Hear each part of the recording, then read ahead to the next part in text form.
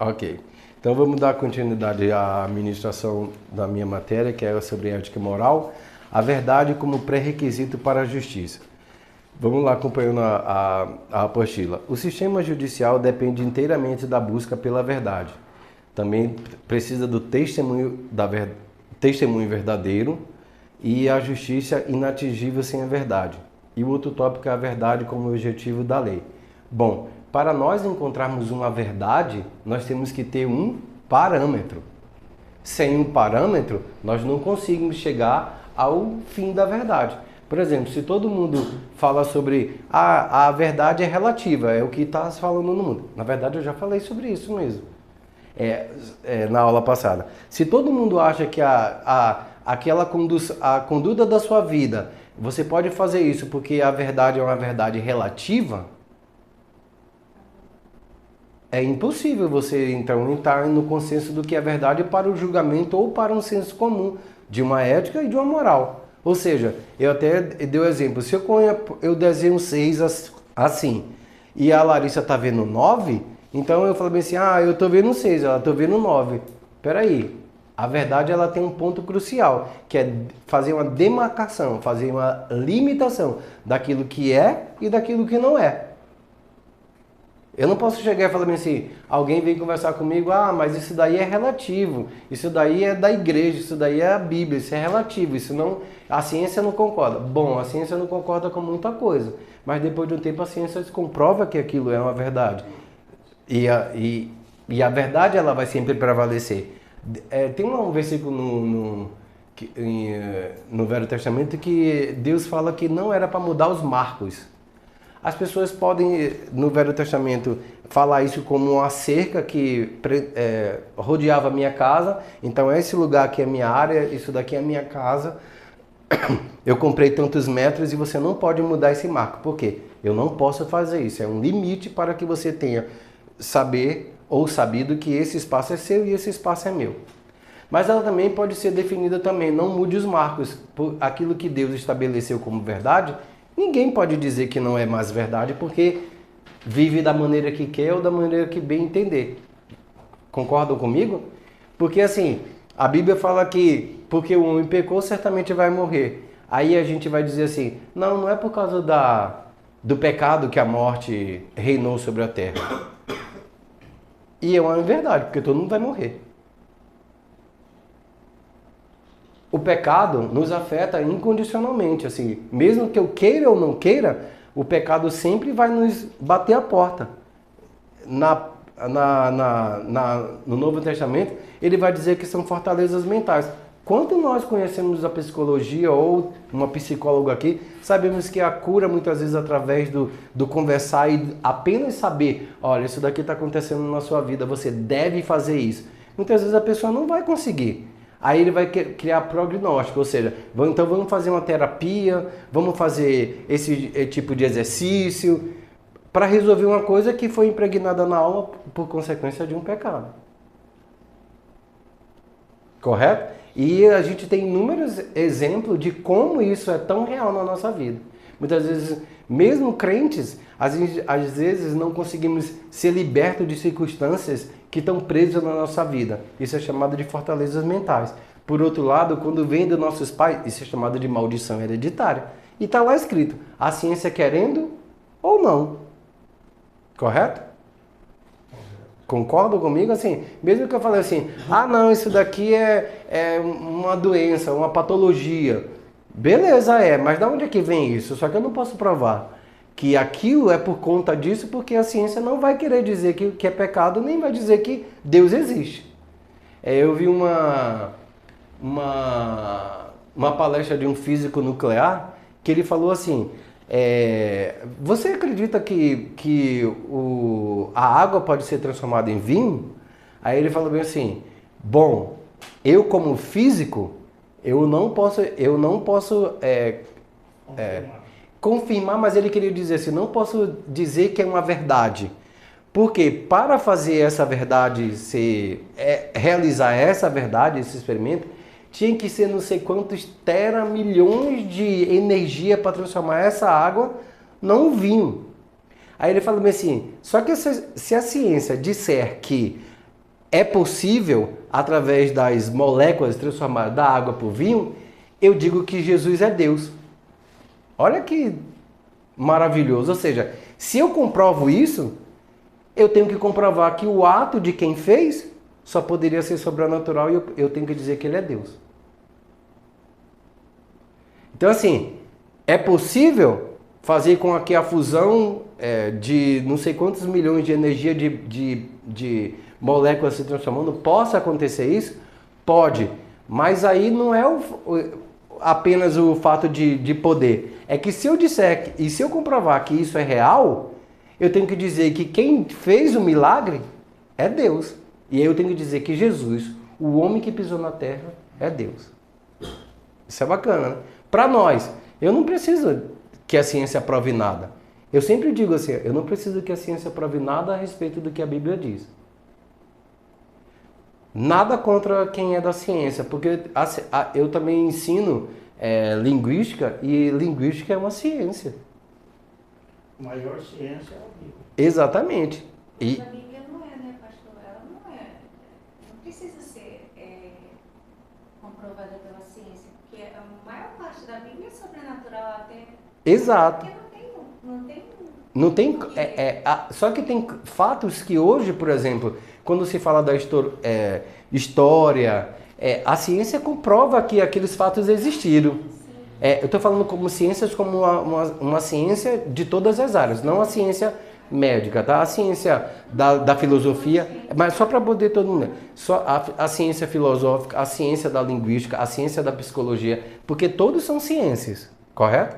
Ao longo do tempo se transformaram as ciências. A ciência da língua, a ciência, e tudo é ciência. A ciência da pedagogia, tudo é ciência. Como que eu posso ensinar? Pelos estudos comprovaram que dessa forma tem que fazer. Por que eu ensino dessa forma para uma criança de 3 anos e não posso ensinar de outra forma? Porque as metodologias foram comprovadas, foram praticadas, foram experimentadas. Então, essa metodologia é a que funciona para essa criança.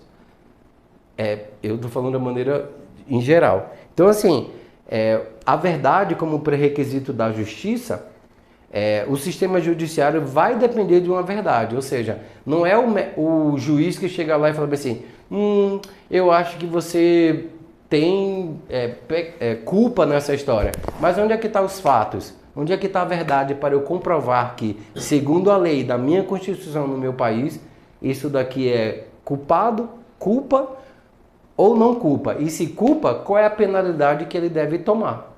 Porque hoje o que nós vemos no Brasil é que os juízes eles entraram numa situação de... tem um nome jurídico para isso, que é súmula. Eles não estão vigorando segundo a lei, porque se tivesse segundo a lei, estaria. Assim como isso não é novo, tá, gente? Quando eu falo do Brasil atualmente é porque eu faço algumas leituras, mas isso não é novo. Na próprio texto que eu vou ler depois aqui, está o Pilatos julgando a Jesus, os judeus julgando uma outra questão de lei, aí a lei dos judeus não podia condenar não poderia julgar sem uma condenação, e a lei romana dizia que também não poderia condenar ninguém à morte sem um fato comprovado. Mas os dois, tanto a lei, o sistema religioso, como o sistema político, os dois foram lá e condenou um justo. Isso é claro? Ou seja, e onde é que estava a verdade para isso? Onde é que estava o processo da justiça para isso? Então o sistema judicial depende inteiramente da busca pela verdade, de um testemunho verdadeiro, porque o 9º mandamento protege especificamente o processo judicial, ou seja, o falar a verdade. Estava um povo falando uma meia-verdade, estava um rei, ao sistema político, perguntando para ele, querendo averiguar os fatos. Mas você fez isso? Você é rei dos judeus? Que pecado você cometeu? Diga, porque eu tenho poder para tirar. Ou seja, o poder que a lei deu e que é uma autoridade dada pelo próprio Deus, entrou em julgamento pelo próprio Criador. Incrível isso, né? O Criador, que é Jesus, fez toda a lei e deu todo o poder e autoridade e constituiu todas as coisas, agora estava sendo julgado. mas um julgamento injusto. A própria Bíblia falou bem assim, que ele morreu por um julgamento injusto. Vamos para o 3. A ética da verdade, mandamentos e princípios e virtude. O 9º mandamento diz: não dirás falso testemunho. Este mandamento está em Êxodo 20:16 e é o ponto de partida bíblico. O escopo amplo, embora diretamente aplicado ao tribunal, seu princípio se estende a toda a comunidade, como está escrito em Efésios 4:25. Por isso, deixando a mentira, fale cada um a verdade com seu próximo. O que é que está acontecendo aqui? O que é que ele quer dizer? Que Deus estabeleceu que você não pode mentir nem dizer falso testemunho. Quando você for arguído perante um juiz ou perante a comunidade para falar a respeito de alguma coisa ou de algum ato, ou de um outro ato que você soube, mas você não tem ciência nenhuma, fale o quê? Fale a verdade. Fale a verdade o que você sabe. Principalmente no Novo Testamento. Porque nós vamos entrar num tópico... Aqui está comunicação. Tá o quê? Comunicação. Sobre a comunidade. Ah, desculpa. Onde é que está isso? Embora eu tenha aplicado desse seu princípio ainda toda... desculpa. Toda a comunicação. Ou seja, obrigado. Toda a comunicação, tudo que você for falar, ela pode ser... desculpa, é isso mesmo. Toda a comunicação, ela pode ser um fato jornalístico. Ela pode ser uma pregação. Ela pode ser uma conversa entre eu e você. Ela pode ser ser um testemunho num tribunal. Então, toda a comunicação, ela precisa de uma verdade. Se você não sabe a verdade, eu não sei falar sobre isso e acabou e está tudo bem. Ou então, aquilo que você viu, conta aquilo que você viu. Aquilo que você não viu, aquilo que você acha, deixa para os peritos, porque eles têm esse tipo de coisa, esse tipo de ato para fazer. Toda a comunicação. Aí fala sobre Efésios 4:25, por isso, deixando a mentira, fale cada um a verdade com seu próximo. Hoje em dia, como isso é doloroso, né? Porque muitas vezes a gente está interessado em nós e não no outro. Estamos interessados em nós e não na verdade propriamente dita, ainda que nós tenhamos que sofrer as consequências disso. Ou não ser aceito por aquelas pessoas, ou não ser aceito por essas pessoas. Eu, particularmente, eu tenho adotado esse tipo de coisa, assim. Quando eu vou falar sobre um fato que aconteceu, eu falo assim, vou narrar o fato, tá? O fato aconteceu assim, assim, assim, assim, assim, assim. E não, então... Fala. Eu te interrompi, desculpa, depois eu falo. Pode, se quiser pegar. Não, eu só ia comentar, toda comunicação, como você tem falado, ela precisa de um intérprete. Na Bíblia tem os profetas, os apóstolos, os seguidores, enfim. E a comunicação precisa de um intérprete para tudo. Sim. E até para ser interpretado por nós e para causar exatamente o que a gente precisa. Exato, isso mesmo. E também ela também precisa de um fato, né? Já que não tem um intérprete, ela precisa partir de um princípio da verdade para poder estabelecer a comunicação. Porque se o outro também... Imagine que eu estou numa discussão, aí o outro não quer saber da verdade dos fatos. Então, como que eu vou ter uma comunicação? E ainda vai ter... Beleza, mas vai ter interpretação e tá certo, tá? Só que assim, ela vai precisar de um fato. Você viu esse deputado que foi estabelecido como alguma coisa da mulher? É que eu não quero citar o nome do irmão aqui. Mas enfim, e aí ele tá falando assim, ele chega e fala assim, mas isso, mas aquilo, não sei o quê. Você vê o discurso dele que ele é totalmente contrário àquilo que ele disse. Primeiro que ele é um homem, então ele não pode gritar o tanto sobre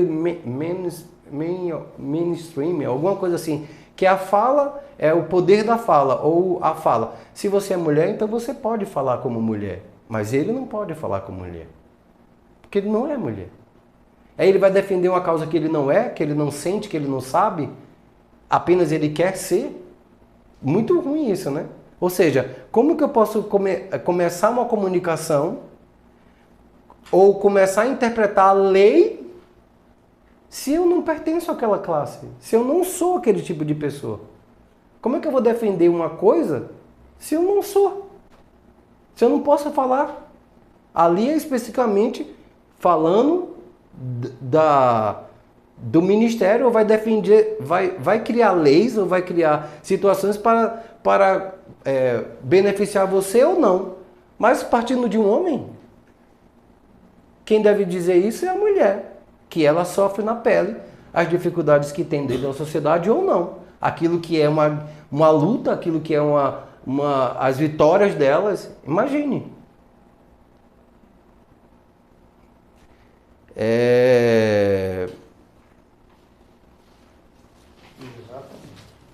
Proteção da reputação. E tudo que eu estou falando aqui não é sobre viver na sociedade ou não. Tudo isso aqui a ética e a moral está baseada naquilo que as escrituras estão falando. Não o que eu penso ou o que eu acho. Que muitas vezes eu estou dentro de uma comunidade que está tudo bem. Pode falar do que se quiser. Mas segundo as escrituras, que é o parâmetro onde eu digo que é moral e que é ética, está errado. Todos concordam? Alguém tem alguma pergunta? Vamos lá para 3.2. A virtude da veracidade. Todo mundo consegue entender que essa palavra virtude aqui, quando vê a virtude, é poder, tá, gente? Virtude aqui significa poder. O poder da verdade. Porque ela tem autonomia e autoridade para dizer o que é certo e o que é errado, condenar ou não condenar, tá? Então, a virtude da veracidade. Mais do que meramente evitar a mentira, a veracidade é uma virtude positiva do caráter. Ou seja, já vai entrar na questão do caráter, que nem todo mundo tem. Deveria, mas nem todo mundo tem. E isso é causado por causa de quê? Por causa do pecado entrando em nós. Por quê? Recebemos uma virtude de Satanás, que a palavra diz que ele é o pai da mentira. Então, quem mente é filho desse cara. E a Bíblia está dizendo aí, alguém pode dizer assim, não, eu menti, mas eu não sou filho do diabo, eu sou filho de Deus. Isso é uma forma... Valdir, você abre lá para mim, por gentileza. Isso é uma forma de eu entender ou eu interpretar a minha vida. Mas segundo a Bíblia, ela vai dizer que você é filho do diabo. Inclusive, Jesus tem um embate muito forte com os fariseus, dizendo assim, ora, nós somos filhos de Abraão. Ele fala assim, se vocês fossem filho de Abraão, estaria feliz em me ver.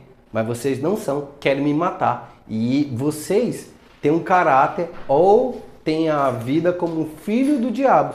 Porque ele mente e mata desde o princípio. Porque o diabo vem para matar, roubar e destruir.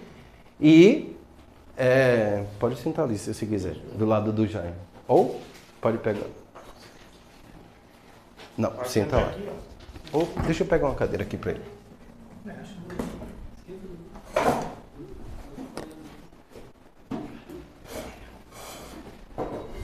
Você tem sua apostila, você trouxe, né? Beleza. Então, entende como a virtude da verdade aqui, ela tem um poder, ela exerce um poder poderoso assim, em termos de caráter, porque quem mente foi distorcido da verdade. E esse destoar da verdade tem um pai.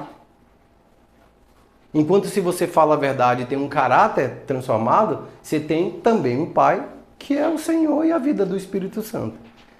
Disposição para a verdade. Ele fala aí, ó, uma inclinação habitual e amor pela verdade que leva as pessoas a buscá-la, abraçá-la e comunicá-la. Confiabilidade. A pessoa veraz é previsivelmente honesta. Sua palavra pode ser tida como certa. Coragem moral, que é um dos pontos que eu gostaria de bater. Muitas vezes dizer a verdade exige coragem para enfrentar as consequências desagradáveis. Quantos de nós já não falamos a verdade e alguém virou a cara pra gente, ou não quis mais conversar com a gente, ou não quis mais contato, depois vira a cara pra você? Tem muito, né? É ou não é? Todo mundo tem uma experiência assim, né? Mas porque você falou a verdade. E aí o mais importante pra você é falar a verdade e ir pra casa e dormir em paz? Ou fazer ali o forró e aí depois ir para casa cansado porque falou a mentira e ter que receber as consequências também. Porque os dois têm consequência. Correto? Os dois vão ter consequência. Então é melhor ter uma consequência positiva para a minha vida. Correto? Eu sempre falo, se perguntarem para mim, eu falo, olha, é assim, eu vejo dessa forma, não sei o que, é verdade. Agora eu também não julgo as pessoas no sentido de dizer, mas você é assim, eu já não gosto da pessoa e eu não falei a verdade, já adolo no meu coração. Já adolo. É por isso que muitas vezes o juiz ele não pode julgar se ele tem alguma coisa próxima, se ele é conhecedor da causa, se ele nem ninguém. Porque já tem o princípio da doloso, assim.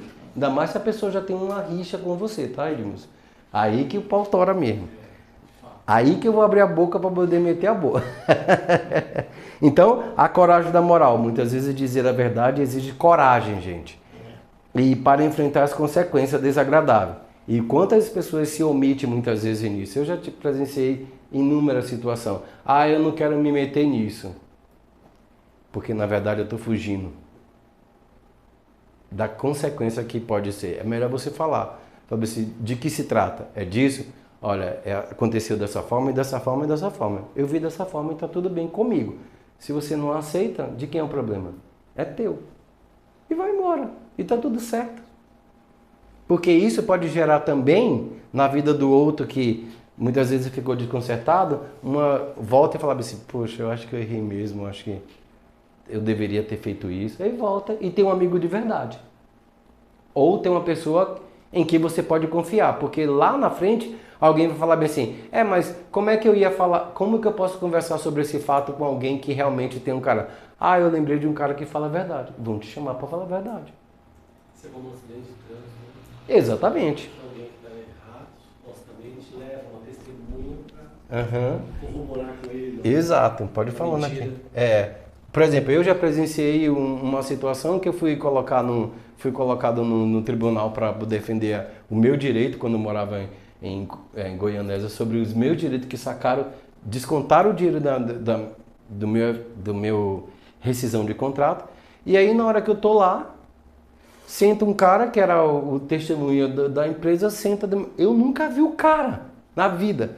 Falou, não, eu conheço o Marcelo, é assim mesmo, ele morava no tal lugar, não sei o que, não sei o que, não sei o que. Eu olhei pra cara dele assim, a juíza percebeu que, tipo assim, e aí ela pegou um negócio lá, ela falou bem assim, então quer dizer que você conhece ele. Isso, como que você pode dizer?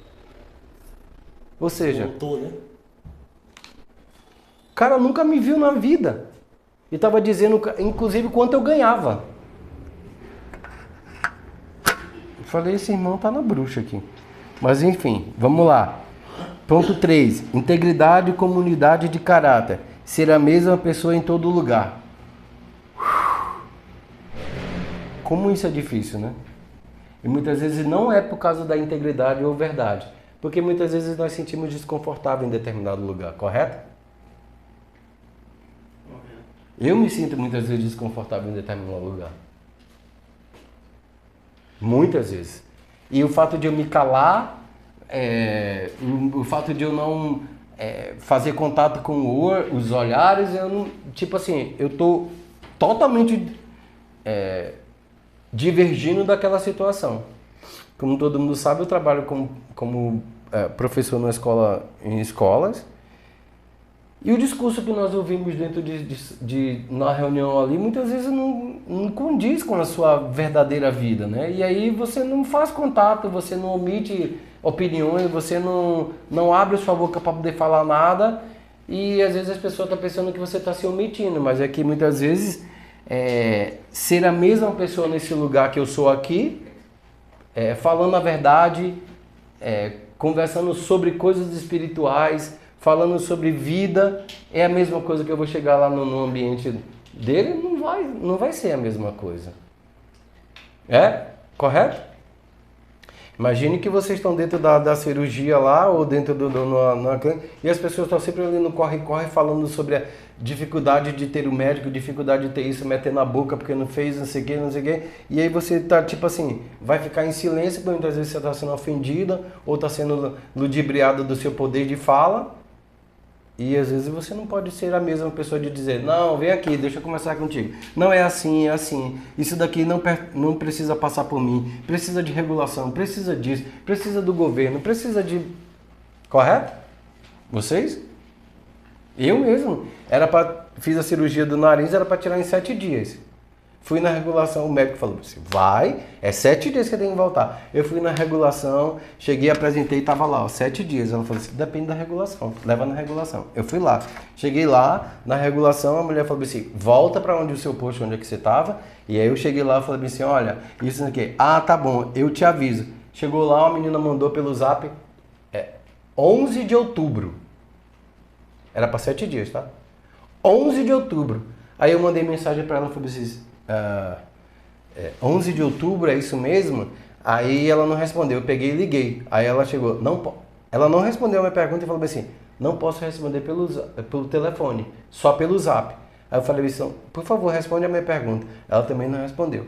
Eu tava aqui, peguei a moto, fui lá no posto da Unipar, falei, oi, tudo jóia? Me mandaram isso daqui, mas olha só, 11 de outubro, é isso mesmo? Ela, desculpa, não sei quem, tava errado. Falei, olha o que o zap que tá aqui. Aí mostrei a minha conversa.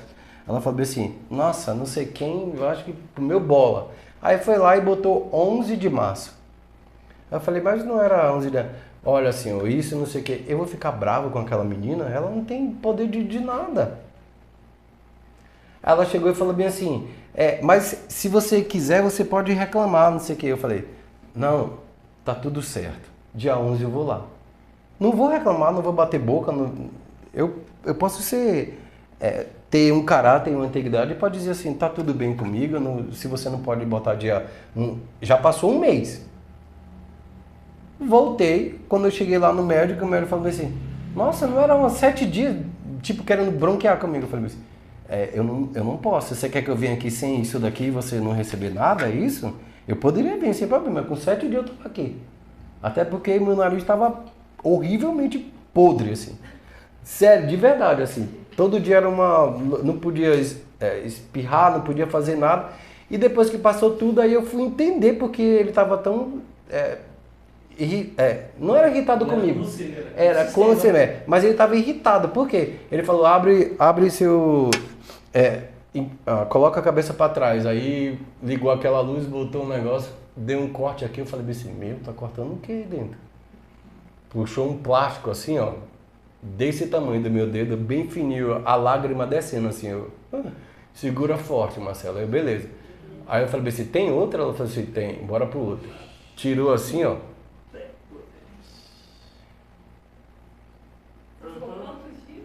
Um mês e 11 dias eu fiquei com aquilo. Ainda bem que você tá com o nariz aí. Aí ele falou, era pra tirar com 7 dias. E se eu chego lá, deixo a integridade do lado e falo bem assim, cabeça grávida, vem aqui. E aí, meta a boca em todo mundo. Aí depois alguém fala assim, nossa, aquele cara daquela igreja lá, nossa, descrente, não sei o quê. Aí sabem julgar, correto? Oi? E julga bem. Aceitar não quer aceitar, mas julga bem. Então, a integridade, do latim integritas, que é totalidade ou inteireza, quem é você aqui, quem é você lá, é o estado de ser completo, indiviso, ou que não se divide, na verdade, consistente entre crença e ação, aquilo que eu creio é a minha ação. É por isso que eu comecei a minha fala hoje falando sobre aquilo que eu creio, eu coloquei em oração. Então, se eu creio que Deus pode fazer, o que é que eu faço? Vou para a oração, que é uma ação. E ali, ó, direto, pedindo, sabendo, confessando o que ele vai fazer, acreditando. Porque tudo que você crê no coração, pedindo ao Senhor, ele fará, né, Jaque? Isso aí, isso é para você, tá? Creia, confessa, diz que Deus pode fazer, que ele vem e desce o céu. Consistência entre crença e ação, Vamos para a ausência de duplicidade. Ele é o mesmo em público e em privado, no trabalho em casa, e não a máscara ou o personagem. Como nós estamos voltando nossa palavra o tempo inteiro para a estrutura bíblica e o que é ética e moral, Jesus ele era justamente a personificação dessa verdade. Tanto ele era em público, como ele era em privado, como ele era na casa do Jairo, na casa do Pedro, na casa de quem quer que fosse. Ele não tinha máscara, ele era aquilo. É tão bom ser assim, né, gente? Era tão bom que cada pessoa, ainda que com suas falhas, fosse você em qualquer lugar. Era maravilhoso isso. Quando eu estudava marketing, a minha professora de psicologia, ela falando sobre personalidade, ela fez uma cruz assim, ó, um quadrado com partes iguais, não com a cruz, mas fez isso. E ele falou bem assim, isso daqui é o lado de que você quer mostrar para as pessoas. Esse lado de cá é quem você é realmente. Esse lado de cá é quem você não sabe que é. E esse lado aqui é o que você gostaria de ser. Todos nós temos esses 4 áreas da nossa vida e a gente precisa diminuir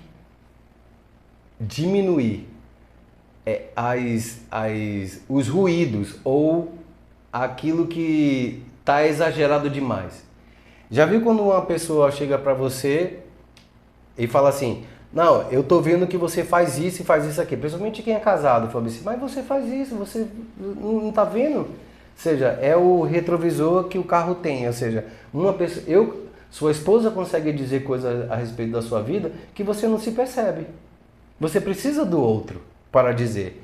Agora é legal, sempre, ainda bem que estou aqui gravando, é legal quando vocês falarem isso, falem em amor, como a Bíblia está falando. Porque quando mete a boca, aí pronto, já perdeu razão. Além da razão, o lugar onde você poderia chegar e trazer ele para a realidade, ou ela para a realidade. Agora, quando o outro não aceita, ou geralmente eu percebo que a maioria das pessoas, ela geralmente quer falar de maneira acusatória, quer falar de maneira de desagradar ou de imputar a culpa na vida do outro. Mas se você falasse assim, ó, olha, isso aqui eu tô vendo dessa forma e não sei o que, analisa isso para você, porque muitas vezes ajuda no relacionamento a crescer junto, ou seja ele no relacionamento de casamento, no relacionamento de amizade, no relacionamento da igreja, enfim, em todos os aspectos da nossa vida. Tem uma coisa aqui que tem uma outra área aqui que é aquela história de aquilo que eu quero que as pessoas vejam que eu faço, ou que eu sou, ou também que eu não sou, ou seja, se escondendo.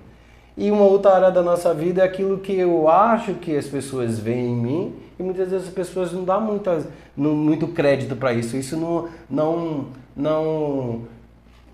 faz com que o olhar da pessoa mude por causa disso.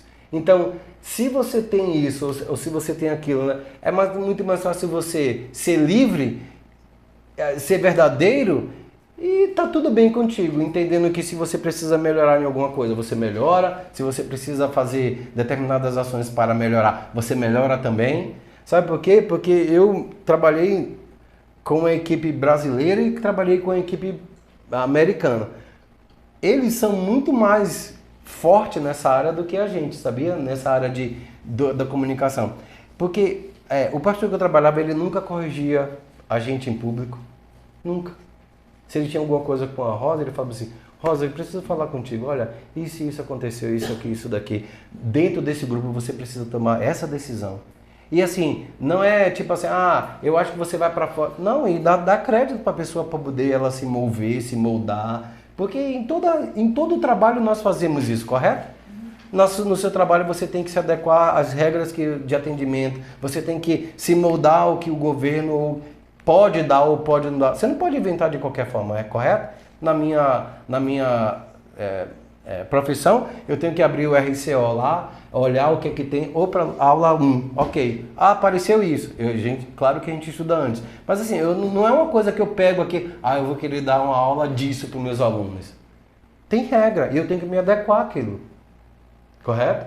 No seu estabelecimento. Eu vou fazer um contrato. Mas eu quero dessa forma. Não, não é segundo aquilo. É o contrato que tem regras. E assim, todos nós temos regra. E por que ninguém se submete? Tem horas que nós precisamos de extrair força de nós mesmos para poder fazer o cumprimento. E faz parte da vida. Assim como entrar no reino de Deus, aqueles que se esforçam, entra. Assim como você tem que se preparar, como ela tem que se preparar, para se graduar na faculdade dela. Se você não se esforçar, você passa? O teu professor vai te dar alguma coisa? E qual é o problema disso, de se esforçar? Agora, o modo de como o outro nos chama, isso é. Então, assim, por isso que a Bíblia fala, quando você falar em amor. Por quê? Porque o amor vai tratar aquelas dificuldades daquela pessoa ou lidar com esse tipo de problema, ou dificuldade, de maneira digna de uma vida, de um ser humano que precisa ali, a não ser que o outro não queira, de quem é o problema? É do outro. Por isso que Jesus fala, se você quiser me seguir, se é uma condicional. Se você quiser, você pega a cruz. E se você não quiser, solta ela e vai embora. Porque para eu entrar no reino de Deus, eu tenho que morrer para mim mesmo, não é para morrer para o outro. Só que quando eu morro para mim, eu beneficio o outro. É por isso que a cruz é assim. Porque assim eu tenho um relacionamento com vocês. E assim eu tenho um relacionamento com o Pai. A cruz não é só uma madeira, ele tem um simbolismo poderoso. Jesus se relacionava com as pessoas e tinha um relacionamento com o Pai. Quando Deus deu ordem a Moisés para que ele saísse do Egito e colocasse sangue nos umbrais para o anjo da morte não entrar, ele desenhou a cruz. Coloca o sangue na parte de cima e nas laterais, embaixo, em cima e laterais. Foi assim que eu preguei para os judeus. 4 judeus caíram no Chile, no hotel que eu estava, e eu falei, não conhece a lei de Moisés? Moisés não disse que tinha que fazer isso, tinha que fazer isso? Tinha o quê aqui? O que é que eu estou desenhando? Ele uma cruz, ok. E o que é que pediu para poder colocar? O sangue, ou seja, Jesus, o teu Messias. Cruz e sangue, simbolizava isso. Ele, Natanael, gritava o outro lá e tipo assim, o que esse cara está falando? O que é que esse gentio está falando comigo aqui? Foi top, mas foi doloroso. 4. A anatomia da mentira e do engano. É a definição. O que é a anatomia da mentira? O que é a definição? É a intenção de enganar. Esse homem aí que está escrito define a mentira como comunicar algo que se sabe ou acredita ser falso, com a intenção de que outro aceite essa informação como verdadeira. A intenção de enganar é o elemento moralmente decisivo. Ou seja, o engano é a ciência e é a consciência de você dizer um fato para alguém longe da verdade com a intenção de meramente enganar. Não foi uma mentira qualquer que assim eu falei, mas não tenho certeza. Ela sabia que não era verdade e contou como mentira. Foi isso que os judeus fizeram com Jesus. Ele falava assim, este homem aí, tá falando isso. Uma intenção de tipo assim, eu quero que você mate ele. É isso. Eu quero que você mate. E aí inventou um monte de história. Tinha coisas que era exagero, tinha coisa que era uma verdade e eles não conseguiam compreender. E tinha uma coisa que ele usava aquela verdade contra aquele homem. Exemplo, quando ele fala bem assim, ele diz que é rei. Ou seja, ele vai negar o próprio rei que é o César. Ou seja, ele usou a fala dele para tentar condená-lo. Porque se Roma, o sistema sabia que nasceria um rei de Israel. Eles tinham ciência disso. Então, se eu sei que esse homem é rei e ele vai governar ou ele vai ter vitória, porque as profecias diziam isso, eu falo assim, se ele está na minha mão do poder de matar ou de dar vida, o que é que eu faço? Mato. Ou seja, usou a verdade para querer condenar. Já os judeus, ele alegava assim, esse homem é um mentiroso, disse que ia derrubar o templo em 3 dias a construir. Ele estava falando uma mentira? Não, mas ele estava falando de uma outra verdade, que era construir no nosso coração o templo para Deus. Só que eles não entenderam isso. Mas desde o princípio, Deus dizia que eu não habito em tendas feitas por homens, correto? Feito por mãos humanas. Porque onde é que Deus queria morar? Sempre no nosso coração. Ou seja, nós deveríamos ser a casa de Deus. O templo onde ele pudesse comunicar. Porque o que é que significava o templo? Um lugar onde a presença descia, onde as pessoas recebiam informação e ainda era comunicado as suas leis e sua vontade. Conseguimos fazer isso? O Espírito Santo habita em você. Você é templo do Espírito. E o Espírito comunica tanto a verdade, como te guia, como te orienta. Nós somos templos. E os judeus estavam querendo dizer que ele estava mentindo por causa disso. Ou seja, querendo condená-lo com a verdade que eu não saberia, eu não conseguia na minha mente. Mas eu poderia falar bem assim, a humildade é bom por causa disso. Quando você tem para o Senhor, como que você vai construir um templo em nós, ou destruir o templo? Como é que funciona isso? Como os discípulos às vezes perguntavam, Senhor, eu ouvi lá na parábola da semeadura que você disse que ia fazer isso. Ele, você não entendeu? Deixa que eu explico. O semeador sou eu, e a boa semente é a minha palavra. E o coração? É o coração de vocês. A terra é o coração de vocês. Ou seja, ele teve a interpretação. Ele teve um intérprete para poder dizer aquilo que ele falou. Ele foi o intérprete. Quando eu tive numa pregação do T.L. Osborne, um homem de Deus que marcou muito a minha vida, ele falou bem assim, a Bíblia, ela precisa de intérprete. E quem são os intérpretes? Falo, sou eu e é você. É nós que fomos chamados para pregar o Evangelho e é nós que devemos ter uma leitura muito consciente. Mas não interpretação, porque quando nós lemos, temos alguém que nos auxilia sobre aquela verdade que está sendo dita. E quem é? O Espírito Santo. Porque a Bíblia fala que se eu não for, o Consolador não virá. E ele vos ensinará todas as coisas. O Espírito Santo vos ensinará todas as coisas.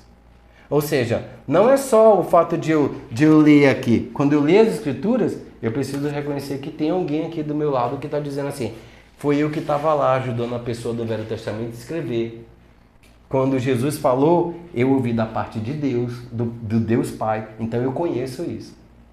Porque Satanás, ele conhece as Escrituras, mas ele não sabe a hora, o momento e quando vai acontecer. Graças a Deus. Porque ele soubesse que Jesus era o Filho de Deus e que ele ia ter que morrer, o que é que ele fazia?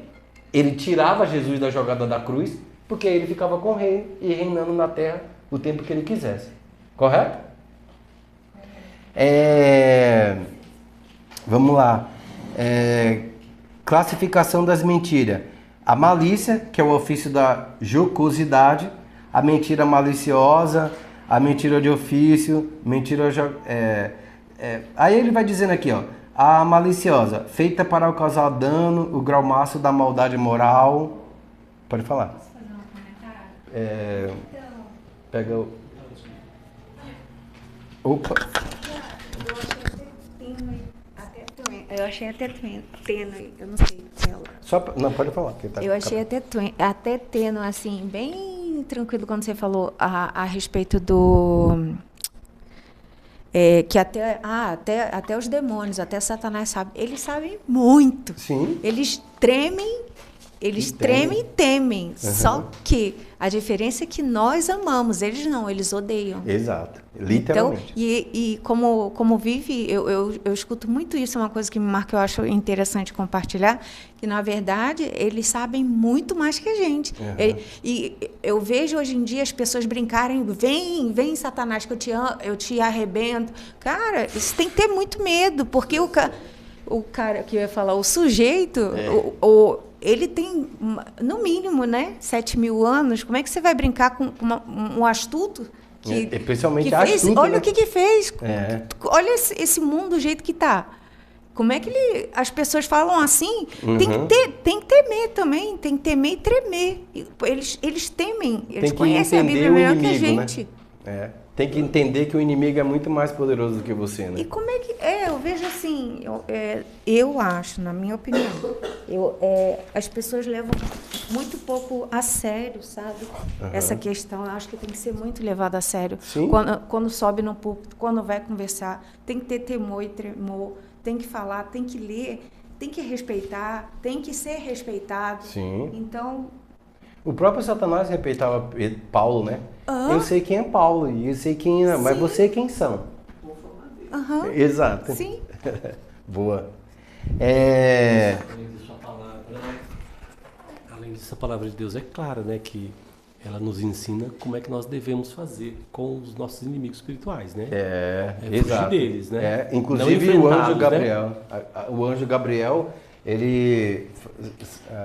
o anjo que está em Daniel, ele fala assim, nem ele ousou a proferir palavras obscenas por causa da hierarquia que existia, né? Mas assim, se está em possesso na vida do outro, pega o nome de Jesus e usa contra e acabou e está tudo bem. Deixa que Jesus resolve, né? Por isso a gente tem que conhecer a Bíblia, né? Exatamente. E principalmente quem somos. Versículos isolados e querer colocar aqueles versículos isolados bem fora do contexto, achando que causando heresia. vai causar uma heresia. Exato. Igual a arrebenta, chamando Satanás para arrebentar, a pessoa não conhece a Bíblia, né? Exato. E aí quem tá ali ouvindo, lá, vai falar bem assim, nossa, esse cara aí... ou seja... Fala assim, misericórdia, sangue de Jesus. Mas quem não tem essa consciência vai falar bem assim, nossa, esse cara aí é poderoso. Aí o que acontece? Cria glória para quem? Para a pessoa. E para a pessoa que tá... Também, mas assim... Como se ele fosse maior que Deus. Exato. É verdade. Vamos lá, para o 4.3. As consequências destrutivas da mentira, pela pessoal, relacional e social. Isso é maravilhoso, a gente poder adequar essas coisas assim. Poder se adequar a esse contexto aqui. As consequências, ele fala, pessoal, a mentira corrói o caráter, cria um hábito que é vício e destrói a autoestima e a paz de espírito e afasta a pessoa da realidade. Eu vou falar pontualmente aqui, porque isso daqui define tudo aquilo que nós estudamos. Porque quando nós, essa mentira aqui como o ponto 2, 3, 3.2 e 3.3, ela vai falar da parte social, como a verdade influencia na nossa sociedade. Ou seja, de falar a verdade um com o outro, a falar a verdade num tribunal, a falar a verdade em qualquer lugar, seja na sua casa, não seja. Então ela lida com o social. Com o pessoal, a mentira corrói o caráter, cria hábitos, vício destrói a autoestima e a paz do espírito. Vamos lá. Destrói a autoestima. Imagine que você contou uma mentira para alguém, aí alguém descobriu essa mentira. Quando essa pessoa você for contar novamente, ou seja, cria o hábito, alguém vai falar bem assim, mas eu não vou confiar em você, porque eu já vi que você mentiu em outro momento. Aí eu tenho que falar o quê? Tenho que desdobrar a minha fala para que a pessoa creia. É por isso que a Bíblia vai dizer sim, sim e não, não. Ou seja, isso é sim? É sim. Isso é não, não. Ah, mas isso daqui não sei o quê. Isso depende de cada caso, tá? Vai destruir a minha autoestima? Vai, porque eu não vou ser, tipo, na hora que eu for falar, eu já vou falar meio que... nossa, talvez essa pessoa não vai acreditar. Seria também da pessoa? Também, literalmente. Exatamente. Essa inverdade, sim, sim. Sim, Rosa. Todo quer ter a sua verdade como verdade. Mas é horrível isso. O ser humano é muito mesquinho. Por isso que eu aprendi a isso. Assim, desde a última vez que eu tive aqui, não essa daqui, da outra vez, eu tive bastante luta com essas coisas, assim, de não ser omisso e ao mesmo tempo falar a verdade de uma forma clara para que as pessoas vejam. Não, isso daqui aconteceu dessa forma.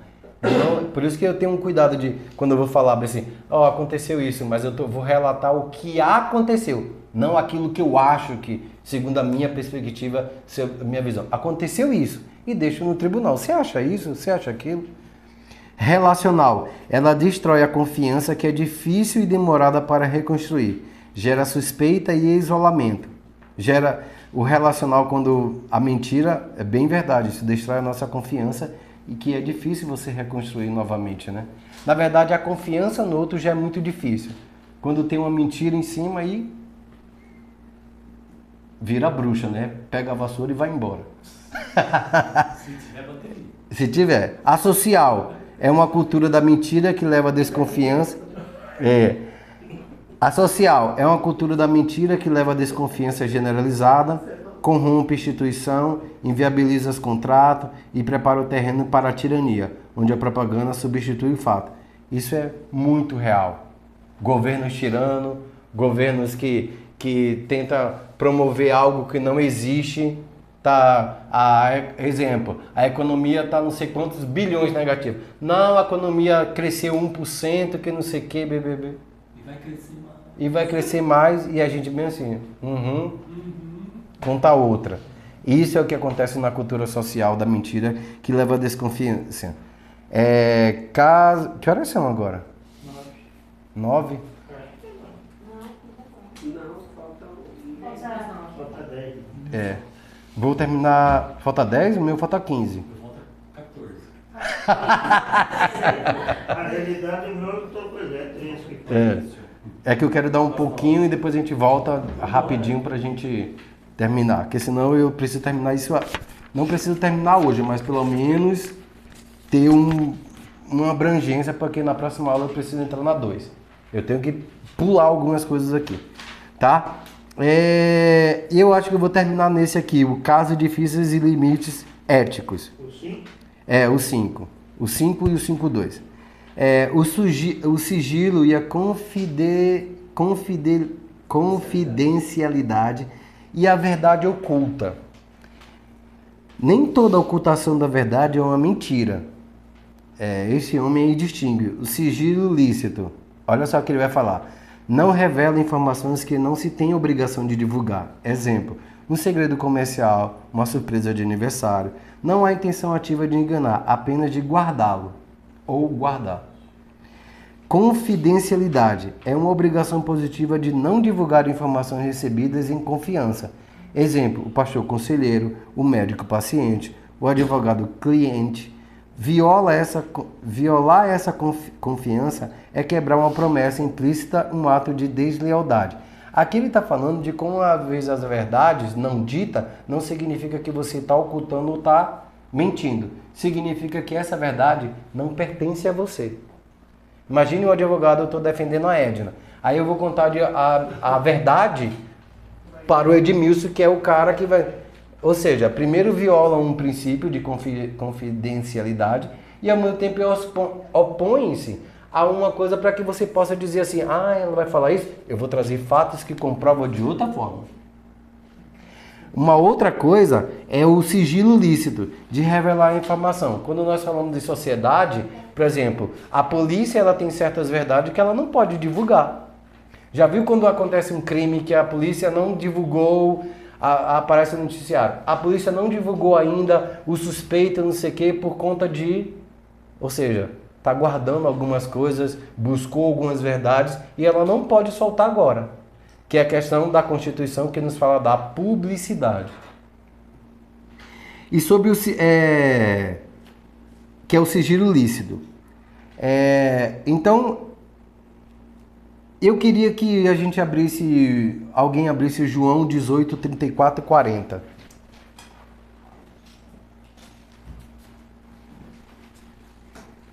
João 18, 33 e 40.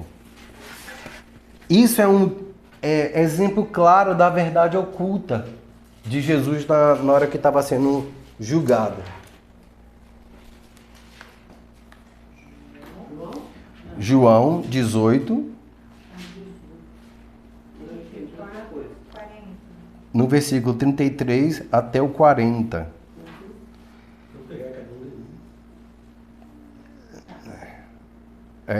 Peraí. 18, 33. Eu vou lá. Então eu vou ler assim. Fala assim. Então levaram o acusado para ser julgado por vocês mesmos, pelas suas leis, disse Pilatos. Mas nós queremos que ele seja crucificado, disseram ele, e é necessária a sua aprovação. Ou seja, de tudo que nós estudamos, alguém está dizendo assim, nós queremos que ele seja condenado, mas não podemos condenar porque eu preciso de sua aprovação. Aí ele pergunta, mas qual é a acusação dele? Tá? Nós não teríamos prendido se ele não fosse um criminoso. Ou seja, Pilatos coloca a verdade dele ou a fala dele em xeque. Tipo assim, você quer que eu condene, mas qual é o crime dele? Aí ele fala assim, nós não teríamos trazido aqui se ele não tivesse crime. Ou seja, uma instituição falando a outra instituição, a política para a religiosa. Isso cumpriu o que Jesus havia dito a respeito do modo pelo qual morreria. Então Pilatos entrou de volta ao palácio e ordenou que trouxesse Jesus. E ele vai perguntar, você é o rei dos judeus? Perguntou. Rei? Como se usa essa palavra ou como os judeus empregam essa palavra? Perguntou Jesus.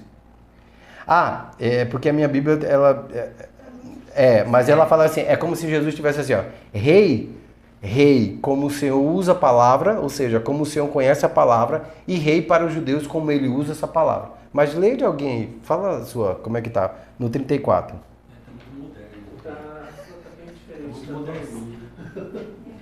Vai lá, alguém lê na sua... O 34.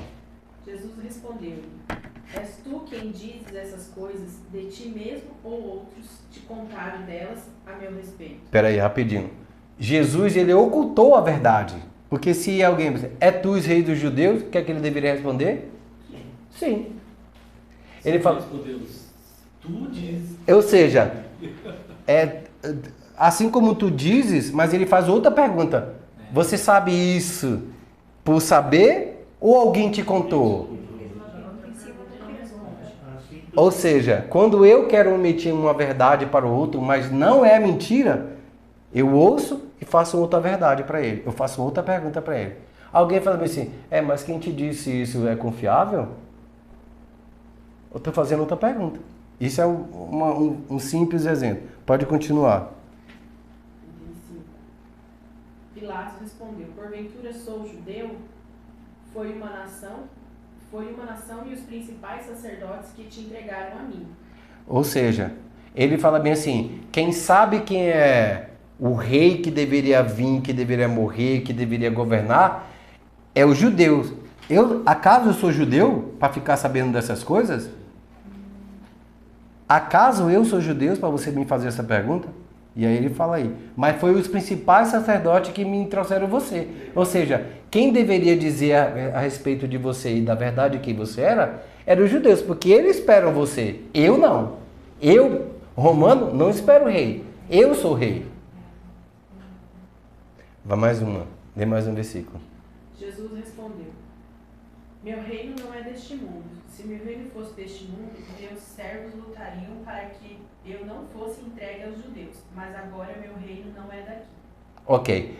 Ele está falando um outro tipo de verdade incompreensível para quem está ouvindo. Ele está falando a verdade?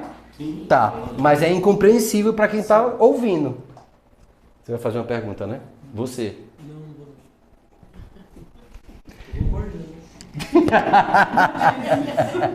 Tu dizes, poderia falar isso. Então, assim, quem deveria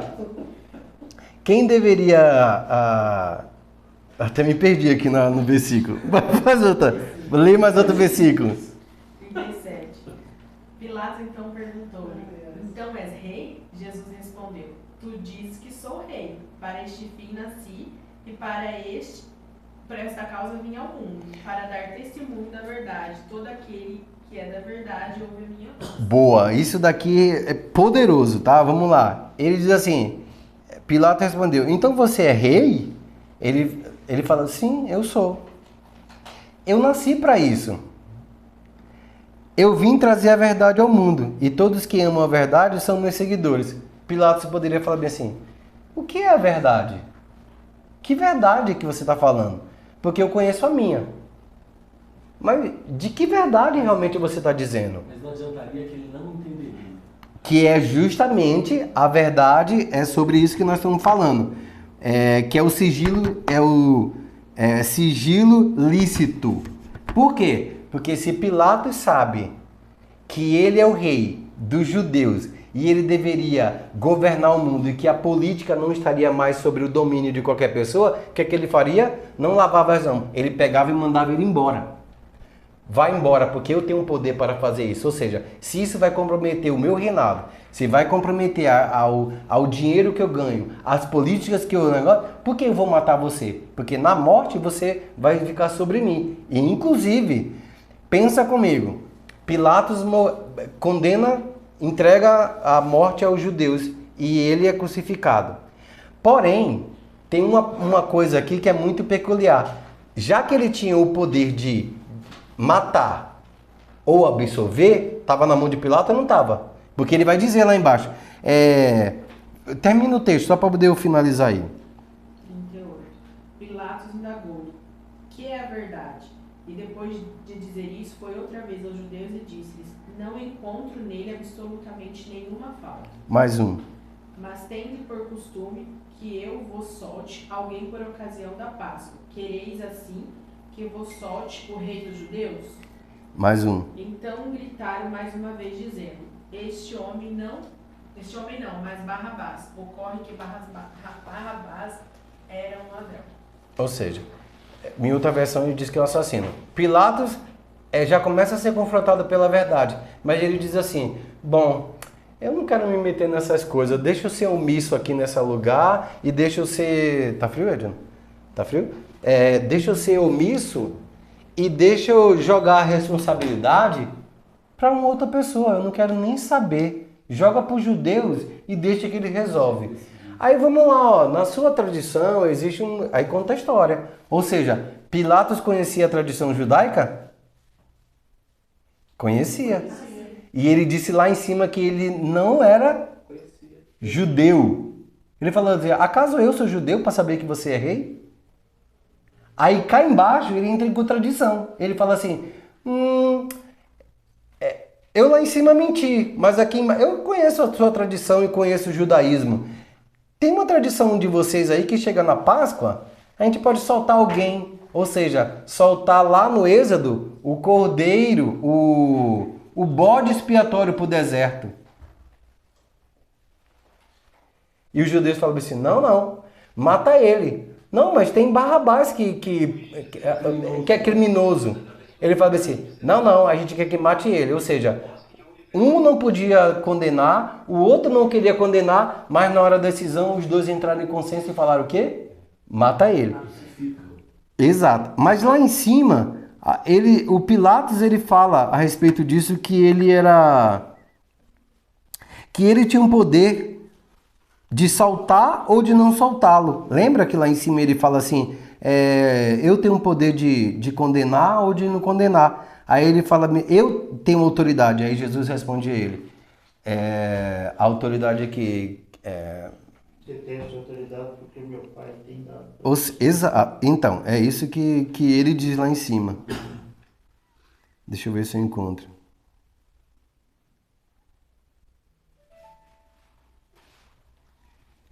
Talvez seja Jordão, perguntou o que ia acontecer.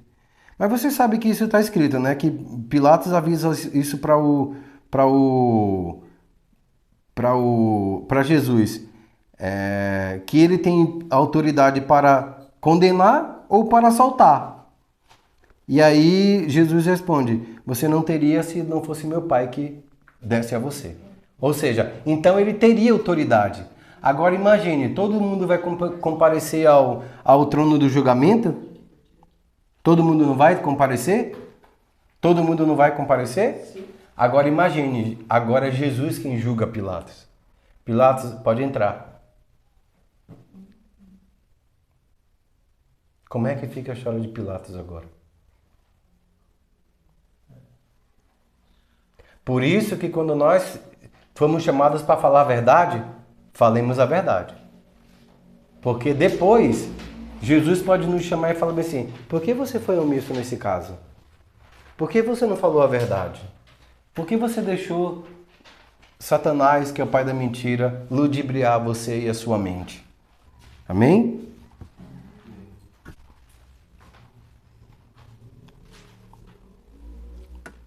Mais um aqui.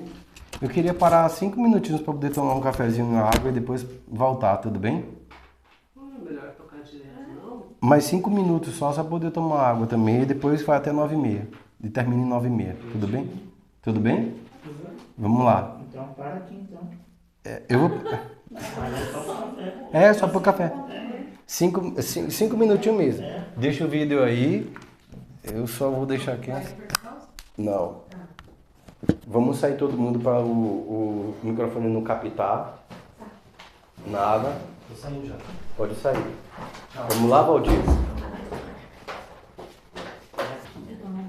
Deixa aqui. Alguém me dá uma Bíblia. Me presta essa Bíblia, ajuda, por gentileza.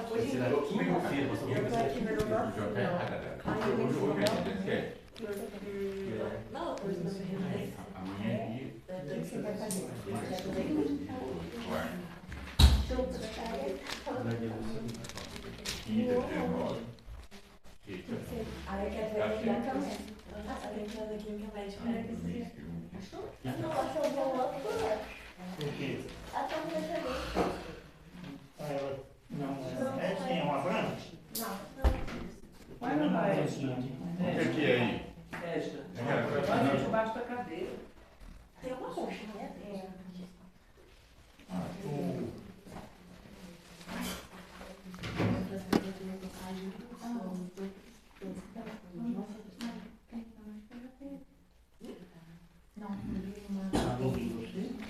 Vamos lá agora. Aqui no 5.2, começa assim: o problema da mentira para salvar uma vida, Raabe e os espiões. Mas ao mesmo tempo eu também queria pontuar que o problema de falar a verdade também para salvar vidas. Porque a mentira, não sei se vocês perceberam, a verdade, ela divide. Ela divide determinadas situações na sua vida, o hoje para o futuro. Correto? Se você fala uma verdade hoje, que a verdade ela prevalece, ela muda seu destino. Assim também, se você falar mentira, ela também muda seu destino. Porque ela vai abrir portas. Ela abre portas. Portas no sentido de, não é de coisas de trabalho nem de nada. Portas para dizer assim, qual vai ser meu futuro, eu entro por essa. Qual vai ser meu futuro, eu também entro por essa. Então, falar a verdade e falar mentira, ela determina seu futuro. E aí ele vai dizer assim, o problema da mentira para salvar uma vida. Todo mundo conhece a história de Raabe e os seus espiões? Sim. Todo mundo conhece? Conhecem? A história de Raabe e seus espiões? Você não conhece a história da Raabe? Então vamos lá, alguém abre, eu vou ficar com a Bíblia dela e alguém lê Josué 2. Mas os espiões não eram dela, os espiões eram de Israel. Eu sei. Ainda bem que não era dela. E seus espiões? E os espiões de Israel. Desculpa. Olha lá, vamos lá. Josué 2.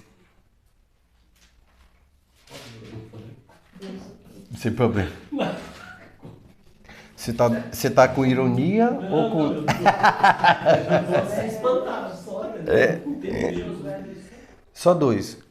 Pode começar a ler. 2:1. Quer que eu leia? Pode. E Josué, filho de Nun, enviou secretamente de Sitim 2 homens a espiar, dizendo: Ide reconhecer a terra e a Jericó.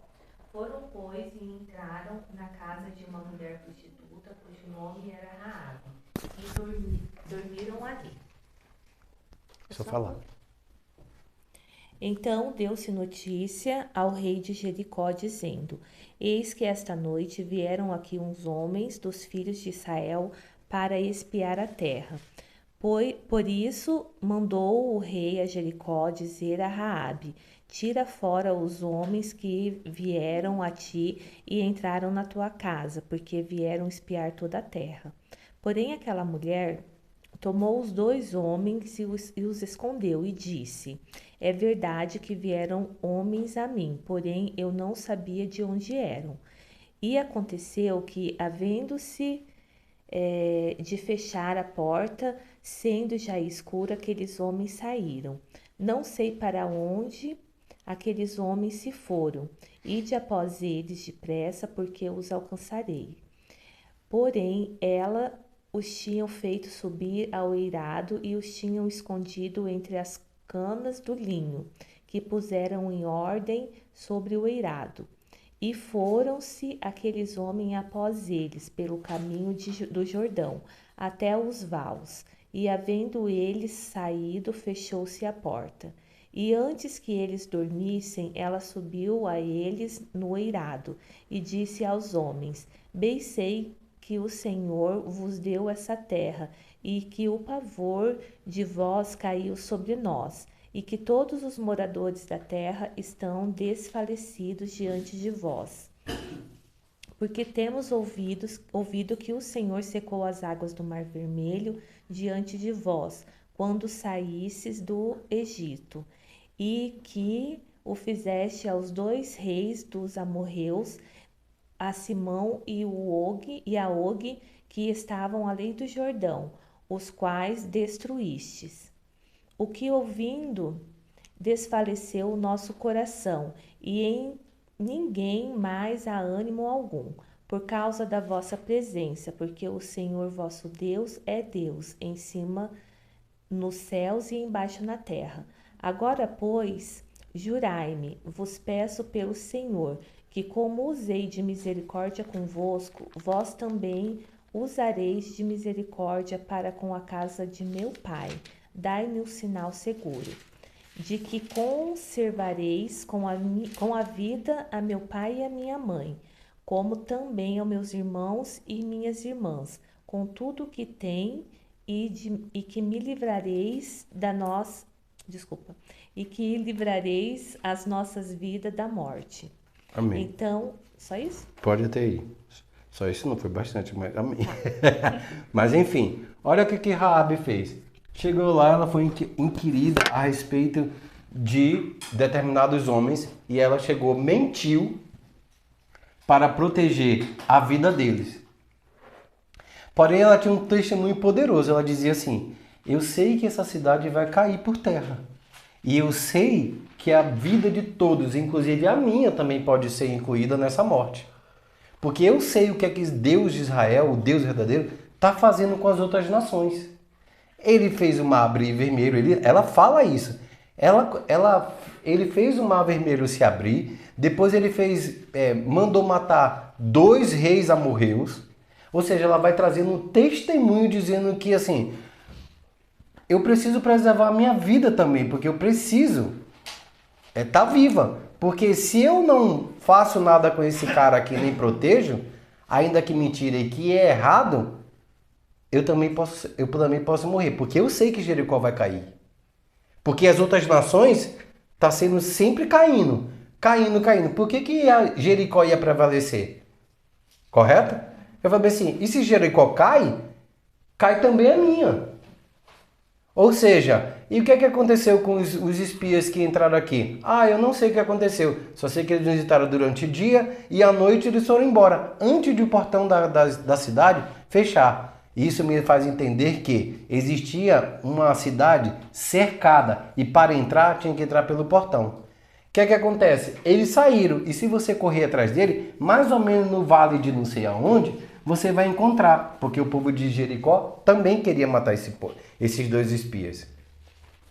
E o que é que ela fala bem assim? Bom, na hora de vencer, na hora que eu decidi pela minha vida e pela vida do outro, eu preciso proteger a minha vida. O que é que eu faço?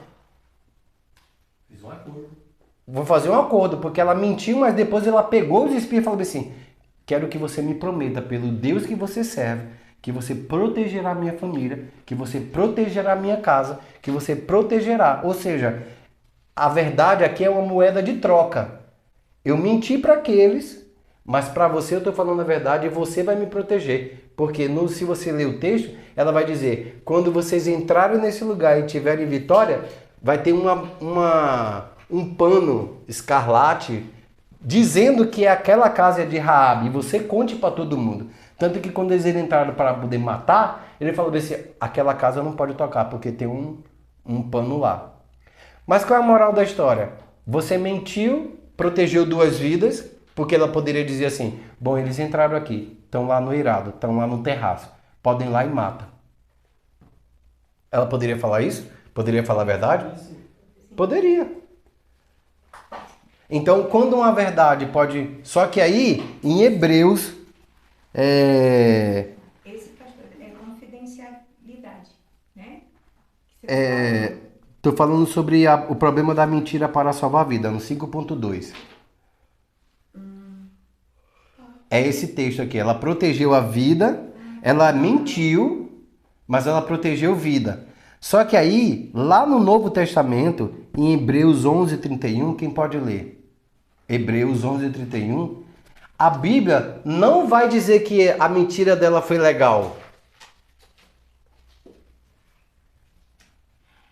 A Bíblia não vai dizer assim, ó, que legal, você pode mentir para proteger uma vida. Hebreus 11:31. Edna, lê por gentileza. Pela fé, Raabe, a prostituta, não morreu com todos os outros da sua cidade quando eles se recusaram a obedecer a Deus, pois ela deu uma acolhida amigável aos espiões. Ok. Percebeu que nesse texto está dizendo que se Raabe falasse a verdade, ela morreria também? Correto? Correto. A Bíblia fala que Raabe protegeu a sua vida e a vida desses homens.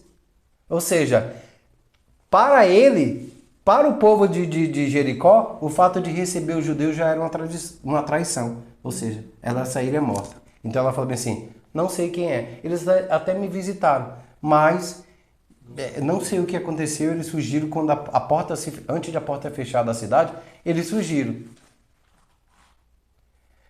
Ou ela seria morta pelo Deus que viria trazendo vitória ao povo de Israel, ou ela seria morta pelo simples fato de ter recebido esses caras e ter traído a nação pela qual ela serviria. Ou seja, ela estava numa cenada assim. Se correr o bicho... Se ficar o bicho come. Ou seja, ela fala bem assim, ela deu uma meia verdade, mas ela omitiu alguns fatos. Ela falou bem assim, esses homens realmente estiveram aqui pela manhã na minha casa, mas depois, antes de sair, eles fugiram, antes de a porta da cidade fechar, eles foram embora. Só que depois ela chegou, os caras foram embora, perseguindo esse povo, esses espias. Ela avisou para os caras lá em cima, que estavam no terraço, que a casa, que eles já tinham ido embora, e mandou fugir esses caras, porque ela desce pelo muro com a corda esses espias. Tá? Então, o problema da mentira para salvar a vida. Aí ela cita o nome de Raabe, porque essas coisas são coisas difíceis de se entender, às vezes de se interpretar à luz das Escrituras, já que a Escritura exige que nós falamos a verdade, ou falemos a verdade, correto? Mas este ano, a vida dela estava em jogo pela espada do próprio Deus, de Jericó, e pelo o povo de Israel que ia entrar. Ou seja, ela tinha que fazer alguma coisa. E ela já conhecia. E ela já... exatamente. E ela vai dando testemunha, por isso que Hebreus está dizendo aí, ó, que Raabe deu um testemunho de fé. Porque ela está dizendo assim, ó, mas eu conheço o Deus que vocês servem. Eu ouvi que ele abriu o Mar Vermelho. Depois ele deu vitória a você, a um determinado povo. Depois matou 2 reis amorreus. E quando ele fala assim, 2 reis amorreus, ou 2 reis com que ela mata, não é qualquer rei. Ela cita 2 reis, ou fala de 2 reis, que eram poderosos. Ou seja, se tinha alguém para matar aqueles 2 reis poderosos, quem sou eu para poder ficar nesse embate? Protejo ele e eu sei que Deus vai dar vitória para ele. Então é melhor andar com quem anda com a vitória. Foi isso que ela fez. Vou pro lado dos vencedores, né? Exato. E esse testemunho de fé, assim, em vez de ser um povo pagão e ela era prostituta, ou seja, se converteu ao Deus que ela estava crendo que ia fazer alguma coisa e seguiu o povo de Israel. É tanto que ela é falada na linhagem, ela faz parte da linhagem de Jesus. Eu não sabia. É por isso que você tem que vir aqui para poder aprender com a gente. Ela é a avó de Davi. É bisavó. Ela é bisavó, é avó de Davi. Ou seja, entendeu o poder da fé sobre a vida de alguém, transformou aquela prostituta e ao mesmo tempo fez que ela fosse citada na Bíblia como alguém importante. Por isso que o Senhor não rejeita ninguém, independente de quem seja, né? Muitas vezes é o ser humano que faz... É ele que faz acepção de pessoas. É nós que fazemos acepção. Pessoas que fazem acepção de pessoas. Nós fazemos, né? Nós ajudamos o tempo todo. No nosso pensamento, né? Até no nosso... Vamos agora voltar ao texto que... a verdade para salvar vidas. Aí eu quero que vocês abram em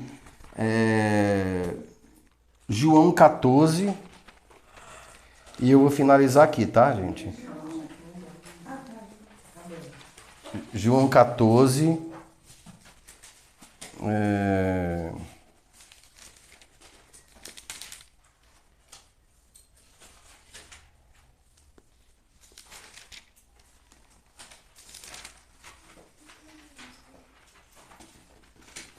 Não, desculpa, João 18. João 18. Não tá aí não, tá, Jaime? Não sei. Vai parar no exemplo aí? 18:1 mesmo. Quando Jesus é preso. Vou começar, tá? Depois de fazer essa oração, Jesus saiu com os discípulos e foi para o outro lado do riacho de Cedron. Havia ali um jardim, onde Jesus entrou com ele. Judas, o traidor, conhecia aquele lugar porque Jesus tinha se reunido muitas vezes ali com os discípulos. Então Judas foi ao jardim com um grupo de soldados e alguns guardas do templo mandado pelo chefe dos sacerdotes e pelos fariseus. Eles estavam armados e levaram lanternas e tochas. Jesus sabia de tudo o que lhe ia acontecer, por isso caminhou em direção deles e perguntou: quem é que você está procurando? Jesus de Nazaré, responderam. Sou eu, disse Jesus. Judas, o traidor, estava com ele. Quando Jesus disse sou eu, eles recuaram e caíram no chão. Jesus perguntou outra vez: quem é que vocês estão procurando? Jesus de Nazaré. Tornaram a responder. Jesus disse: já afirmei que eu sou. Se é a mim que vocês procuram, então deixe que esses outros vão embora. Ou seja, a verdade salvou esses discípulos. Ele fez uma troca assim: você está procurando quem? Jesus de Nazaré. Sou eu. Deixe que esses daqui vão embora. E os discípulos não foram presos. A verdade para salvar outras vidas. Uma outra coisa que eu quero chamar a atenção é que Jesus falou bem assim: quem é que você está procurando? Como Jesus já sabia do que ia acontecer, as escrituras estão dizendo isso, Jesus já sabia que ia acontecer, ele fala bem assim: preciso resguardar os meus, porque quando Deus te chama para algum chamado ou alguma obra, Jesus nunca te deixará na mão. As circunstâncias vão vir normal, mas ele não fala bem assim: resolva teus problemas e deixe que eu fique aqui, não precisa me procurar. Porque aquele que manda é aquele que guarda. Aquele que ordena que você faça alguma coisa é o mesmo que vai contigo. Você só precisa ir, porque precisa ser alguém, humanamente falando, fazer aquela determinada obra. Por isso que quando Jesus ele tem que vir para morrer na cruz do Calvário, ele não mandou anjo e nem mandou ninguém, uma alma em forma de cordeiro. Ele mesmo, pessoalmente, humanamente falando. Mas para que isso? Para trazer dignidade ao homem. Porque se for um homem que pecou, eu me transformo em homem, porque eu sou o que você quer que eu seja. É isso que está lá dizendo em Êxodo. É por isso que eu quero dizer, chamar a atenção aqui, ó. Quando fala assim, quem vocês... No 4, Jesus sabia de tudo o que ia acontecer, por isso caminhou em direção deles e perguntou: quem é que vocês estão procurando? Jesus de Nazaré. Responderam: sou eu, disse Jesus. Judas, o traidor, estava com ele. Em outro texto, em outro evangelho, vai dizer que Judas disse para o soldado dizendo assim, aquele a quem eu beijar, esse é Jesus. João não relata isso, relata de maneira o fato de que Jesus estava lá protegendo a vida deles e ao mesmo tempo estava dizendo que ele era a verdade e que a verdade importava naquele momento, para que não prendesse. Ah, então pode ser você, Jesus? Aí ele, não sou eu. Ia ficar aquele disse-me disse, ninguém se manifestaria, ou seja, e cumpriria a verdade do Senhor, o propósito? Não. Então ele já tomou a decisão de falar assim, quem que vocês procuram? Sou eu. Só que também existe um fato inusitado aqui. Por que a pergunta? Já que Judas falou para os soldados, aquele que eu beijar, aquele que é Jesus. Porém, estava escuro, era um jardim. É por isso que ele estava com tocha e com lanternas, para poder iluminar a situação. Mas na hora que Judas beija Jesus, na hora que está beijando aqui, o soldado não sabe quem é que ele está beijando. Sabe que está beijando a pessoa, mas aquela pessoa é Jesus? Fica a dúvida. Porque Judas também ele tinha uma confissão de mentiras, de roubo. Então, e se esse cara aí está mentindo pra gente, está beijando uma outra pessoa que não é Jesus? Por causa do hábito. Lembra? A mentira cria hábito. Nós falamos sobre isso. Está lá no ponto 4.3. Pessoal, a mentira corrói o caráter e cria hábitos, vícios. E se Judas chega lá e fala bem assim, a pessoa que eu beijar, ou dá ósculo santo, aquele é Jesus. Aí tá Jesus aqui, ele vai pro Jairo e beija Jaime. Aí o cara pega Jaime e mata. Ou seja, a história ia ser contada de maneira diferente. Só que a história já estava escrita e ela tinha que ser cumprida. Mas ela tinha que ser cumprida, é por isso que Jesus fala bem assim, não é ser cumprida que estava determinada. É que para quem estava determinada a profecia e o cumprimento, ele toma a posição, sou eu. Só que quando ele fala sou eu, perceba aí que as escrituras dizem que os homens caíram no chão. Quem é que tem essa versão? Leia aí.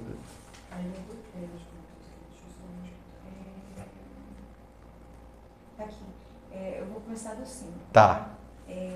Não, do 4.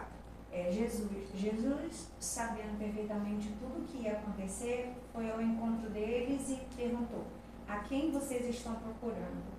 E Jesus de Nazaré responderam, sou eu, disse Jesus. E Judas, o traidor, estava com eles. Quando Jesus disse, sou eu, eles recuaram e caíram para trás na terra. Beleza, caíram. Umas versões vai dizer, caíram por terra, caíram no chão, caíram prostrado. Ou seja, o importa é que ele caiu. Por que cai, Edna? Por que os soldados caíram na hora que Jesus disse? Na verdade, eu sou. Oi? Não seria pela glória? Exato. Mas precisa? Não é só poder perguntar. Por que Jesus, na verdade, sou eu, ele não fala sou eu. Ele fala assim, eu sou. Toda vez que ele fala eu sou, ele está se revelando. As pessoas se prostram, na verdade. Exatamente. Embora elas até não saiba por que caíram. Êxodo 3:14. 3:14, quem pode ler? Êxodo 3:14.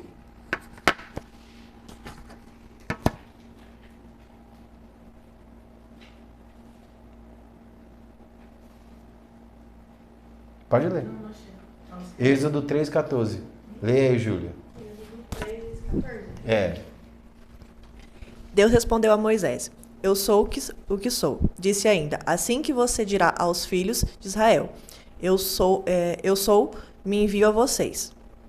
Deus continuou a falar com Moisés, diga aos filhos de Israel, o Senhor, ó Deus dos meus pais, Deus de Abraão, Deus de Isaque e o Deus de Jacó, enviou-me a vocês. Este é o meu nome eterno, nome pelo qual serei lembrado geração em geração. Agora vá, continuou Deus, reúna os líderes de Israel e diga-lhes, o Senhor, ó Deus... Só que aí. Tá aqui? O Senhor, ó Deus, pode falar. O Senhor, ó Deus dos seus pais... Dos seus pais... De Abraão, Deus de Isaque, Deus de Jacó, apareceu para mim. Ele me disse, Acompanho o meu povo e vejo o que fizeram com ele no Egito. Amém. Só até aí. Tá vendo que ele tá falando assim? Esse é o meu nome porque eu serei lembrado eternamente. E ao mesmo tempo ele fala assim, quem é que tá falando comigo de um outro lugar que não é a terra? Fala assim, eu sou o que sou. Ou seja, eu sou, quem é eu sou aí? Não. É Jesus.